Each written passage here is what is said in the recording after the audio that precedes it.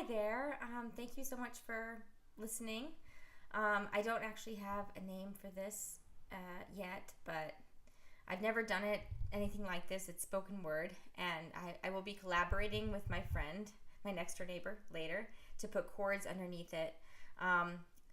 This piece is totally unexpected. I just got back from a trip with my sister. I'm visiting my sister in Utah, and on the plane home, a woman asked me when she found out that I was from Chicago, what do you think about the violence in Chicago? And I really had to kind of think about it. Funny enough, I had just read an article where a gang member had been interviewed by a journalist and talked about what he believed. And the answer wasn't guns and police, I'll tell you that. And then the next day, I just started going. And I worked in inner city schools for about 7 years doing after-school programs, music after-school programs. They were basically babysitting programs to keep kids out of gangs. And I wanted to do so much more. It was frustrating. We had no resources. And eventually I just decided that's not exactly what I wanted to do.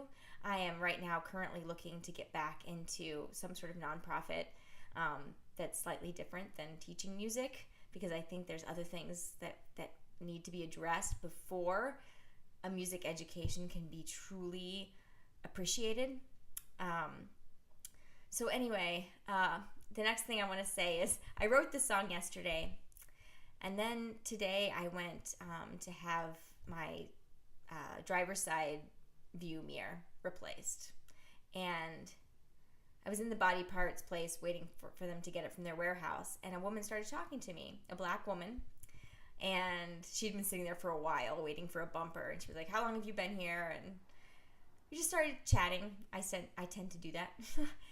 And she said she was moving to Arizona, and I asked her, oh, did you get a new job? And she said, well, I'm in cosmetology, but the truth is I just need to get out of Chicago. And then she just opened up to me, and she said that last year, in March, her 16-year-old son had been killed. Crossfire. Gangs. I mean, he was on the bus to visit his cousin because it was his birthday. And he was shot and killed. And she just was like, I need to get out of here. I can't be here anymore. And she has a younger son, and she's going to take him with her. And I asked her right there in the spot, can I just give you a hug?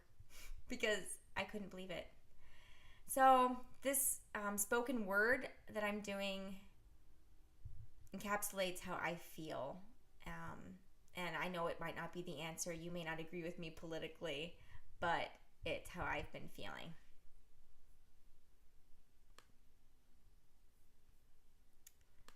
Sorry, bear with me for a second. I thought I had it up. Okay.